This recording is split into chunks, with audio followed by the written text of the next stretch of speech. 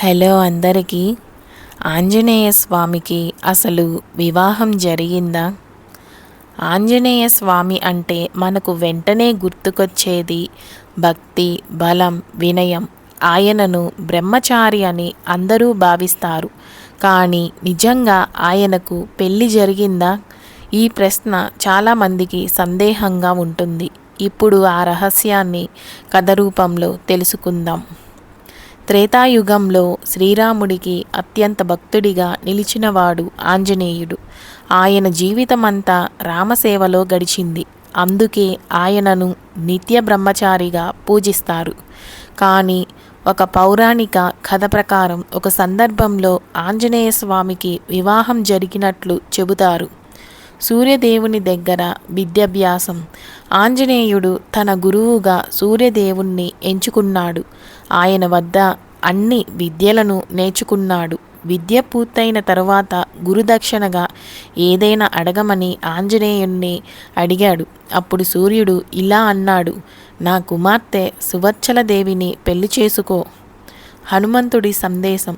ఆంజనేయుడు ఆశ్చర్యపోయాడు. ఎందుకంటే ఆయన బ్రహ్మచర్య వ్రతం తీసుకున్నాడు. కానీ గురువు మాటను తిరస్కరించడం ఆయనకు సాధ్యం కాదు. అప్పుడు సూర్యుడు ఇలా వివరించాడు: ఈ వివాహం కేవలం ధర్మార్థం కోసం. ఇది సాధారణ గృహస్థ జీవితం కాదు. సువత్సలతో వివాహం. అలా ఆంజనేయుడు సువత్సల దేవిని వివాహం చేసుకున్నాడని ఒక పురాణం చెబుతుంది. కానీ ఈ వివాహం ఆధ్యాత్మికమైనది మాత్రమే, దాంపత్య జీవితం కాదు. అంటే ఆయన బ్రహ్మచారిగానే కొనసాగాడు. ఈ వివాహం కేవలం శాస్త్రార్థం కోసం జరిగింది. నిజంగా నమ్మాలా? వాల్మీకి రామాయణంలో ఈ వివాహం గురించి ఎక్కడ ప్రస్తావన లేదు. చాలా ఆలయాల్లో ఆంజనేయుడిని బ్రహ్మచారిగా మాత్రమే పూజిస్తారు. కొన్ని చోట్ల, ప్రత్యేకంగా తెలంగాణలో సువత్సల సమేత ఆంజనేయుడు ఆలయాలు ఉన్నాయి. ఈ కథను కొందరు పురాణ కథగా మాత్రమే భావిస్తారు. నిజంగా జరిగిన సంఘటన కాదు. అసలు సత్యం. హనుమంతుడు అంటే భక్తి, శక్తి, నిస్వార్థ సేవ.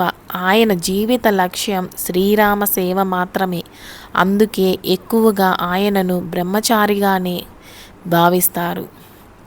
ఆంజనేయ స్వామికి వివాహం జరిగినట్లు కొన్ని పురాణ కథలు చెబుతున్నా ఆయన అసలు స్వరూపం భక్తి మరియు బ్రహ్మచర్యమే. అందుకే ఆయనను శుద్ధ భక్తుడిగా ప్రపంచం పూజిస్తుంది.